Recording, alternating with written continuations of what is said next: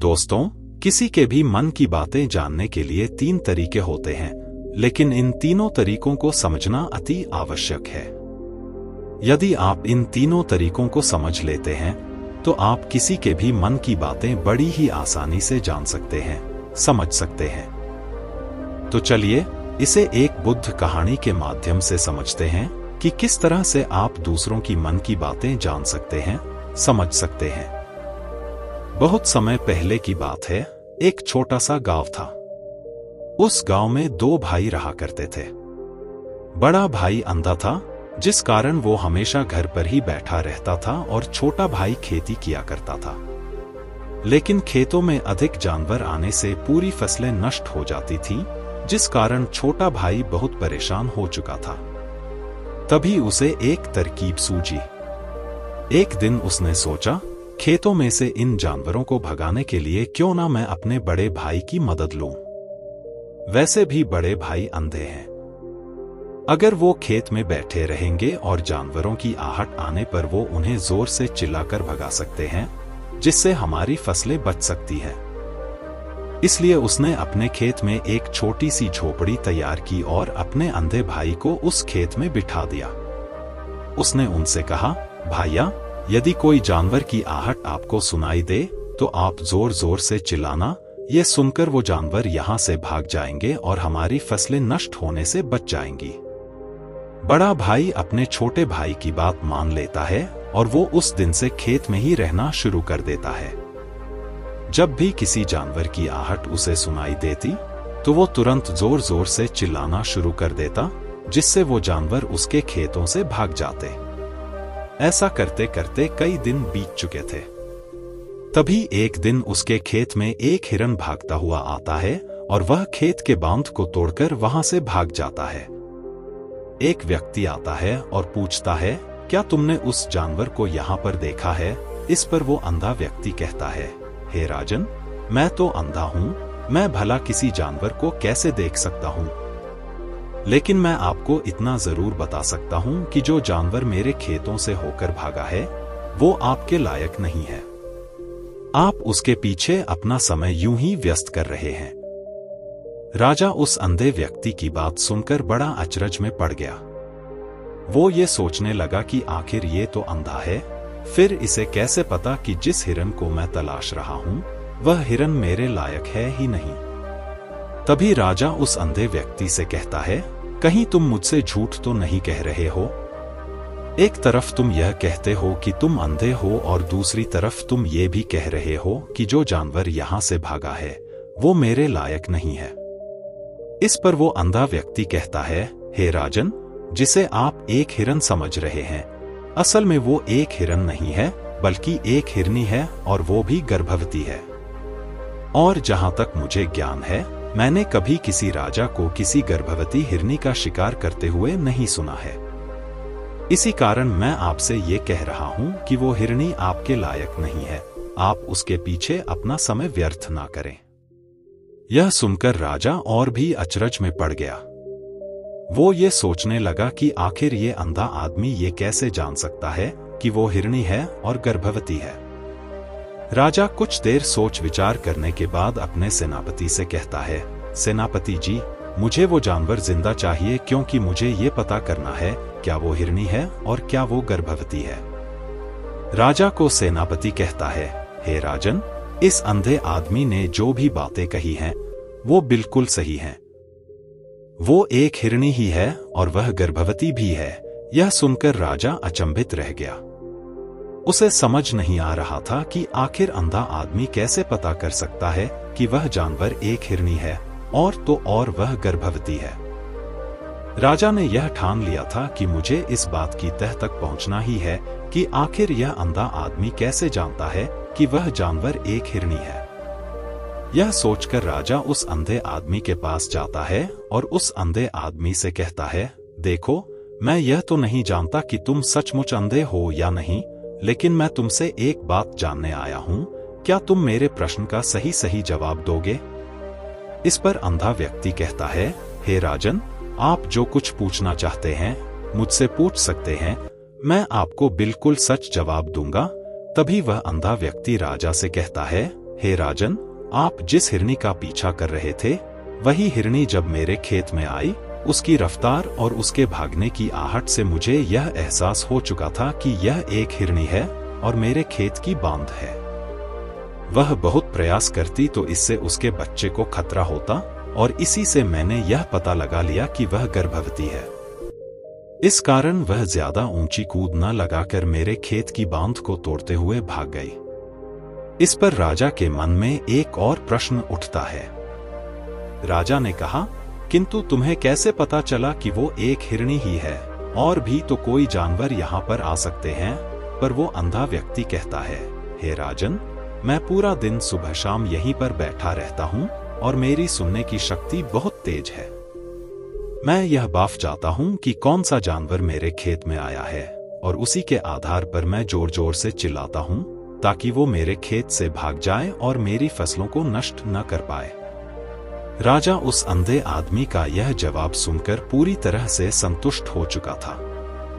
वह मन ही मन सोचता है कि आदमी भले ही अंधा हो, लेकिन यह तो बड़ा ज्ञानी मालूम पड़ता है। इस आदमी से कुछ न कुछ तो काम निकलवाना ही चाहिए। राजा कहता है, आज मैंने आपको यहाँ पर इसलिए बुलाया है क्योंकि मैं आपसे यह जानना चाहता हूँ कि मेरी पत्नी पतिव्रता है या नहीं। इस पर वो अंधा व्यक्ति कहता है, हे राजन, यह कैसा प्रश्न हुआ? राजा कहता है, मैंने आपसे बिल्कुल उचित प्रश्न किया है, मुझे इस प्रश्न का उत्तर दीजिए। अंधा व्यक्ति कहता है, हे राजन, ये सारी बातें जाने दीजिए। आपकी शादी को इतने साल बीत चुके हैं और अब आप यह बात क्यों जानना चाहते हैं? राजा कहता है, यदि आप मुझे इस प्रश्न का उत्तर नहीं देंगे तो मैं आपको मृत्युदंड दे दूंगा। राजा के मुख से यह बात सुनकर वह अंधा व्यक्ति कहता है, हे राजन, यदि आप इस प्रश्न का उत्तर चाहते हैं तो इसके लिए आपको मेरा एक काम करना होगा। राजा कहता है, बोलो, मुझे क्या काम करना होगा? इस पर व्यक्ति कहता है, इसके लिए आपकी पत्नी को मेरे साथ कमरे में अकेले छोड़ना होगा। तभी वो अंधा आदमी राजा की पत्नी से कहता है, मुझे आपको चुना है। इस बात पर रानी अत्यधिक क्रोधित हो जाती है और उस अंधे आदमी को पकड़कर पीटने लगती है, कभी हाथों से तो कभी लातों से। इस तरह से अंधे आदमी की खूब पिटाई होती है। उसके बाद किसी तरह से वह अंधा आदमी अपनी जान बचाकर वहां से भाग निकलता है और राजा के पास पहुंचता है। वह राजा से कहता है, हे राजन, आपकी पत्नी पतिव्रता नहीं है। यह बात सुनकर राजा अत्यधिक क्रोधित हो उठता है और राजा अपनी तलवार निकालकर सीधा अपनी पत्नी की ओर जाता है। क्रोधित होकर वह अपनी रानी से कहता है, रानी जी, आज मैं जो भी सवाल आपसे करने वाला हूँ उसका मुझे सच सच जवाब दीजिएगा, और यदि आपने एक शब्द भी झूठ कहा तो मैं आपका सिर धड़ से अलग कर दूंगा। राजा आकर उस अंधे आदमी से कहता है, तुम्हें कैसे पता चला कि मेरी पत्नी पतिव्रता नहीं है? इस पर वह अंधा आदमी कहता है, हे राजन, बड़ी सीधी सी बात है। मैंने तो आपकी पत्नी से बस इतना ही कहा था कि मुझे आपको चुना है, और इस पर वह इतना क्रोधित हो उठी कि उन्होंने गुस्से में आकर मुझे लात घूंसों से पीटना शुरू कर दिया। भला कोई औरत किसी और मर्द को कैसे छू सकती है? लेकिन उन्होंने न आव देखा न ताव, बस लात घूंसे मुझ पर बरसाने शुरू कर दिए। वह भी तो एक चुना ही हुआ, और एक पतिव्रता नारी कभी भी पराये मर्द को नहीं छूती। जब मैंने उसे छूने के लिए कहा था तो वह उस वक्त मुझे मना कर सकती थी, लेकिन उन्होंने तो मुझे पीटना शुरू कर दिया और देखते ही देखते उन्होंने मेरे पूरे शरीर को छू लिया। अब आप ही बताएं, ऐसी स्त्री भला पतिव्रता कैसे हो सकती है? अपने पिताजी का ही बेटा हूं या फिर किसी और का? इस पर वह अंधा भी कहता है, हे राजन, इस बात से आपका क्या लेना देना? आप किसी की भी औलाद हो, आखिर आप हैं तो इस राज्य के राजा, इसलिए इस प्रश्न को जाने दीजिए। लेकिन राजा कहता है, नहीं नहीं, मुझे इस प्रश्न का सही जवाब चाहिए, अन्यथा यह प्रश्न मुझे हमेशा परेशान करता रहेगा। इसलिए मैं इसका सही जवाब जानना चाहता हूं। यदि तुम इसका सही जवाब दे देते हो तो तुम यहां से जा सकते हो, मैं तुम्हें नहीं रोकूंगा। इस पर वह अंधा आदमी कहता है, हे राजन, इसके लिए तो मुझे आपके माँ के पास भी जाने की कोई आवश्यकता नहीं है। मैं आपको अभी बता सकता हूँ कि आप किसकी औलाद हैं, लेकिन उससे पहले मैं चाहता हूँ कि आप मुझसे एक वादा करें कि आप मुझ पर क्रोध नहीं करेंगे। राजन ने कहा, मैं तुमसे वादा करता हूँ, मैं तुम पर क्रोध नहीं करूंगा।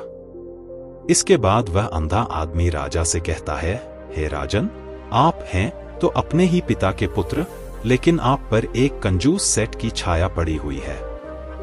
यह सुनकर राजा बहुत क्रोधित होता है। वह तुरंत तलवार निकालकर अपनी मां के पास जा पहुंचता है। वहां पहुंचने के बाद अपनी मां से कहता है, मां मुझे सच सच बताइए, क्या मैं अपने ही पिता का पुत्र हूं या नहीं? यदि आपने मुझे सही सही नहीं बताया तो मैं यहीं अपने प्राण त्याग दूंगा। मुझे बताओ, क्या सच है? इस पर उस राजा की मां कहती है, बेटा, तू है तो अपने ही पिता का पुत्र, लेकिन तुम्हारे ऊपर एक कंजूस सेठ की छाया पड़ी हुई है। जब मैं एक बार नहाने के बाद अपना मुंह आईने में देख रही थी, तभी उस कांच के पीछे मुझे एक कंजूस सेठ नजर आया और उसी की छाया तुम पर पड़ चुकी है। यह सुनकर राजा बहुत खुश हो जाता है और वह तुरंत दौड़ा दौड़ा वापस उस अंधे आदमी के पास पहुंचता है और उस अंधे आदमी से कहता है, तुम्हें यह कैसे पता चला कि मुझ पर एक कंजूस सेठ की छाया पड़ी हुई है? इस पर वह आदमी कहता है, हे राजन, आपने मुझसे कई सारे सवाल पूछे, जिनका जवाब मैंने आपको सही सही दिया है। यदि कोई और राजा होता तो मुझे इसके बदले में ढेर सारे इनाम मिल चुके होते, लेकिन अब तक आपने एक फूटी कौड़ी तक नहीं दी। इस बात से ही मैंने अंदाजा लगा लिया था कि आप बहुत कंजूस हो। तो मैं किसी की भी मन की बातें बड़ी सरलता से जान लेता। मन की एक भाषा होती है और ये भाषा मनुष्य के शरीर के व्यवहार के रूप में देखी जा सकती है। उसकी आंखों से, उसके होठों से, उसके काम करने के तरीके से, उसकी क्रियाओं से पता किया जा सकता है कि उसके मन में क्या चल रहा है। उसके आधार पर हम किसी के भी मन की बातें जान सकते हैं। लेकिन मैं तो अंधा हूं, मैं देख नहीं सकता, इसलिए मैं क्रियाओं से देखता हूं। यदि मुझे कोई बात जाननी हो तो अगले आदमी को कुछ काम देना पड़ता है, जिस पर वह व्यक्ति किस प्रकार काम करता है, किस तरीके से इस काम को करता है, उसके आधार पर ही मैं यह पता कर पाता हूं कि उसके मन में क्या चल रहा है। तब राजा कहता है, तो क्या इसका अर्थ यह हुआ कि मैं भी किसी के मन की बातें जान सकता हूं? इस पर वह अंधा आदमी कहता है, हे राजन, अवश्य आप भी किसी भी व्यक्ति के मन की बात जान सकते हैं, किंतु उससे पहले आपको अपने ऊपर काम करना होगा। और वह काम है अपने मन को शांत करना, अपने मन को वर्तमान में लाना, जिसके लिए मैं आज आपको 3 तरीके बताने वाला हूं, और ये 3 तरीके बड़े ही आसान और सरल हैं। लेकिन हे राजन, उससे पहले आपको एक काम करना होगा, अपने मन को एकाग्र करना होगा। जब हम अपने मन को एकाग्र करते हैं, अपने मन को वर्तमान में लाते हैं, तो हम दूसरे के मन की बात जान सकते हैं, क्योंकि वह आदमी अभी भी अपने मन में वर्तमान में ही सोच रहा है और हमें भी मन को वर्तमान में लाना होगा। तभी हम उसके मन की बातें जान सकते हैं। यदि हम अतीत में हुई घटनाओं के बारे में सोच रहे हैं, तो वह जो अगला आदमी वर्तमान में सोच रहा है, वर्तमान में अपने मन में बात कर रहा है, वह हम कैसे जान पाएंगे? क्योंकि हम तो अतीत की घटनाओं में डूबे हुए हैं। इसलिए किसी के भी मन की बात जानने के लिए सबसे पहले हमें अपने मन को एकाग्र करना होगा, उसे वर्तमान में लाना होगा। आगे वह व्यक्ति राजा से कहता है, हे राजन, जो सबसे पहला तरीका है वह है आंखों पर ध्यान देना। किसी व्यक्ति से बात करते वक्त उसकी आंखों में देखना, उसकी आंखों पर ध्यान देना जो सबसे ज्यादा जरूरी है, क्योंकि आंखें बोलती नहीं पर बहुत कुछ कह जाती हैं। इसलिए यदि आप भी दूसरों की मन की बातें जानना चाहते हैं, तो आपको भी उनकी आंखों पर गौर करना चाहिए। जैसे कि उनका आकार कैसा है, वह कब, कहां और किधर देख रहे हैं। यदि उसकी आंखें यहां वहां घूम रही हैं, जब आप उससे बातें कर रहे हैं, तो वह इधर उधर घूम रहा है, कभी ऊपर तो कभी नीचे या कभी आसपास। या फिर उसकी आंखें खुश नजर आ रही हैं, या फिर आंखें निराश नजर आ रही हैं। जैसे कि चोर होता है, उसकी आंखों में जब हम देखते हैं तो हमें यह पता चलता है कि अगले आदमी ने कोई गलती की है। ठीक उसी प्रकार जब हम किसी चालाक व्यक्ति की आंखों में देखते हैं तो आपको पता चलेगा कि उसकी आंखों में एक भाषा होती है, एक बहुत ही सीधा और आसान तरीका होता है।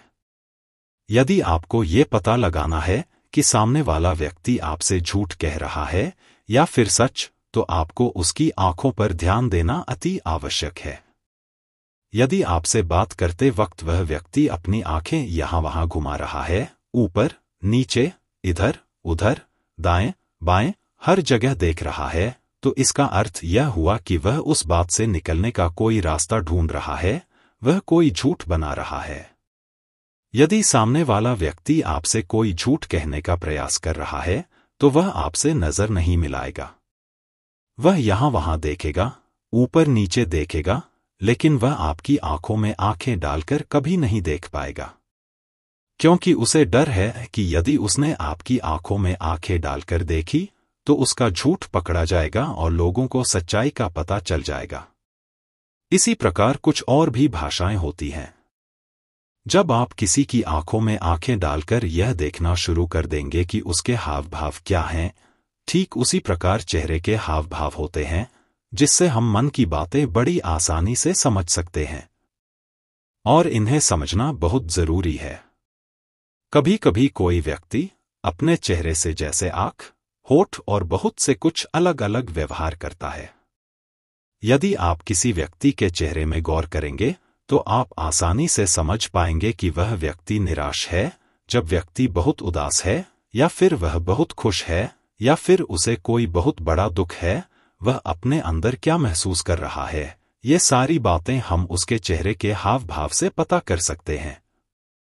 फिर चाहे इंसान जुबान से कुछ बोले या ना बोले, लेकिन आप उसके चेहरे से सब कुछ पता कर सकते हैं। आगे व्यक्ति राजा से तीसरा तरीका बताते हुए कहता है, हे राजन, इसी प्रकार तीसरी भाषा भी है, अर्थात तीसरा तरीका भी है, और वह है हाथों के इशारे और शरीर का व्यवहार। मन की बात समझने के लिए हमें हाथ के इशारे और शरीर के व्यवहार को समझना बहुत आवश्यक है।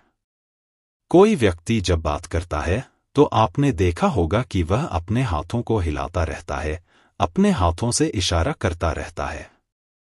बातों के साथ साथ उसका जो शरीर का व्यवहार है, अर्थात बॉडी लैंग्वेज, उसका भी पूरा उपयोग होता है, जिससे हमें यह पता चल पाता है कि वह व्यक्ति हमारी बातों पर कितना ध्यान दे रहा है और उसके मन में क्या चल रहा है। शरीर के व्यवहार को समझना अति आवश्यक है। मन की बात को समझने के लिए हमें शरीर के व्यवहार को भी समझना पड़ता है। यदि हम इन तीन तरीकों को सही तरीके से ध्यान देकर अच्छे से समझ लेते हैं तो हम बहुत जल्दी किसी भी व्यक्ति के मन की बातें बड़ी सरलता और सहजता से जान सकते हैं। इसलिए यदि आपको किसी के मन की बातें जानी हैं तो आपको उसकी आंखों पर, उसके चेहरे पर, उसके शरीर के हाव भाव को और उसके हाथों को ध्यानपूर्वक देखना और समझना होगा, जिससे आप यह समझ पाएंगे कि आखिरकार उसके मन में क्या चल रहा है और वह क्या सोच रहा है। लेकिन उनसे पहले आपको अपने मन को एकाग्र करना होगा, शांत करना होगा और अपने मन को वर्तमान में लाना होगा। तभी आप उस व्यक्ति की इन सभी क्रियाओं पर ध्यान दे पाएंगे। अन्यथा आप यदि अतीत की घटनाओं में व्यस्त हैं, भविष्य की योजनाओं में व्यस्त हैं, तो आप उस व्यक्ति के हाव भाव पर कभी ध्यान ही नहीं पाएंगे और नहीं आप कभी यह समझ पाएंगे कि आखिर उस व्यक्ति के मन में क्या चल रहा है। आपने देखा होगा कि ऐसे कई बड़े संत महात्मा हैं जो बड़ी ही शांति से आपको देखते हैं और आपको देखकर ही ये बता देते हैं कि आपके मन में क्या चल रहा है, आप उनसे क्या जानने आए हैं। और इसका सबसे बड़ा प्रमुख कारण यही है कि वह आपको पढ़ सकते हैं, आपको समझ सकते हैं, आपकी मन की बातें जान सकते हैं, क्योंकि उनका मन एकाग्र है, शांत है, और यही कारण है कि वह आपके मन की बातें बड़ी सरलता से समझ जाते हैं। यदि आपने अब तक पूरी कहानी को सुना है तो मैं आपसे एक छोटा सा अनुरोध करना चाहता हूं। कृपया इस चैनल को सब्सक्राइब करें ताकि मैं आपके लिए और भी ऐसी ही ज्ञान से भरपूर कहानियां लेकर आ सकूं। मिलते हैं एक नई कहानी के साथ अगली वीडियो में।